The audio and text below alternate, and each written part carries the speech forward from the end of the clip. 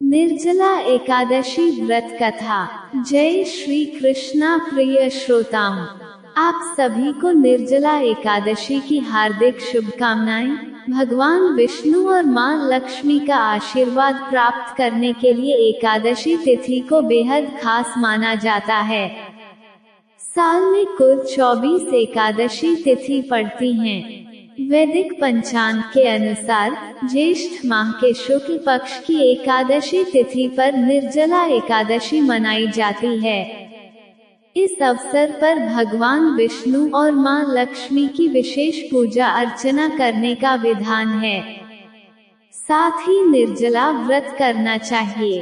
पौराणिक कथा के अनुसार एक बार भीमसेन को इस बात की चिंता हुई कि उनके सभी भाई और माता कुंती दान, पुण्य, व्रत आदि करते हैं, लेकिन वे व्रत नहीं कर पाते हैं।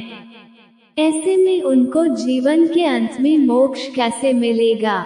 इस चिंता के समाधान के लिए वे वेद व्यास जी से मिले। उन्होंने वेद व्यास से कहा कि उनके सभी भाई और माता व्रत करती हैं, लेकिन वे व्रत नहीं कर पाते हैं। व्रत रखने में सबसे बड़ी समस्या यह है कि वे बिना भोजन के नहीं रह सकते हैं। तब वेद व्यास जी ने भीमसेन से कहा कि यदि तुम स्वर्ग को अच्छा और नरक को बुरा जानते हो तो तुमको प्रत्येक माह की दोनों एकादशी का व्रत रखना होगा। उस दिन अन्न का सेवन नहीं करना होगा। इस पर भीमसेन ने कहा कि वे भूख बर्दाश्त नहीं कर सकते हैं। उनके पेट में वृक्क नामक आग है, जो भोजन करने से ही शांत होती है। इस वजह से उनको बार बार भोजन करना पड़ता है। इस वजह से वह व्रत नहीं रह सकते हैं। उन्होंने वेद व्यास जी से निवेदन किया कि आप कोई एक ऐसा व्रत बताएं जिसे पूरे साल में केवल एक बार ही करना हो और उसके पुण्य प्रभाव से पाप मिट जाए, जीवन के अंत में स्वर्ग की प्राप्ति हो। इस पर वेद व्यास जी ने कहा कि हर माह में 2 एकादशी व्रत होते हैं। जो व्यक्ति साल के सभी एकादशी व्रत विधि पूर्वक करता है, उसे हरि कृपा से मोक्ष की प्राप्ति होती है। वह जीवन और मरण के चक्र से मुक्त हो जाता है। वेद व्यास जी की बातों को सुनकर भीमसेन परेशान हो गए कि उनको भी 24 एकादशी व्रत करने होंगे। वे बिना भोजन के नहीं रह सकते हैं, तो क्या उनको पाप से मुक्ति नहीं मिलेगी? उन्होंने वेद व्यास जी से पूछा कि वे मोक्ष कैसे प्राप्त कर सकते हैं। वे सभी एकादशी व्रत करने में सक्षम नहीं हैं। आप कोई एक ऐसा व्रत बताएं जो साल में एक बार हो और उसे करने से मोक्ष मिल जाए।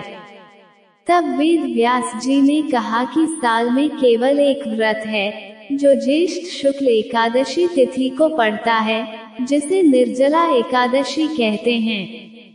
इस व्रत में जल और अन्न का त्याग कर देते हैं। यदि व्रत के समय कोई गलती से भी जल ग्रहण करता है तो उसका व्रत टूट जाता है। इस एकादशी व्रत में सूर्योदय से लेकर द्वादशी के सूर्योदय तक उपवास रखना होता है। द्वादशी को दान पुण्य करने के बाद व्रत का पारण करना होता है। जो व्यक्ति यह व्रत करने में सफल होता है, उसे साल के सभी एकादशी व्रत का पुण्य प्राप्त होता है। उसके पाप मिट जाते हैं और मोक्ष मिल जाता है। व्यास जी की बातें सुनकर भीम खुश हो गए। उन्होंने उनके सुझाव के अनुसार ही निर्जला एकादशी का व्रत रखा और भगवान विष्णु की पूजा की। द्वादशी को दान पुण्य करके पारण किया। इस व्रत पुण्य से उनके सभी पाप खत्म हो गए और अंत में उनको स्वर्ग की प्राप्ति हुई। प्रिय श्रोताओं, ये थी आज की वीडियो। उम्मीद है आपको वीडियो पसंद आई होगी। वीडियो को लाइक जरूर कीजिएगा।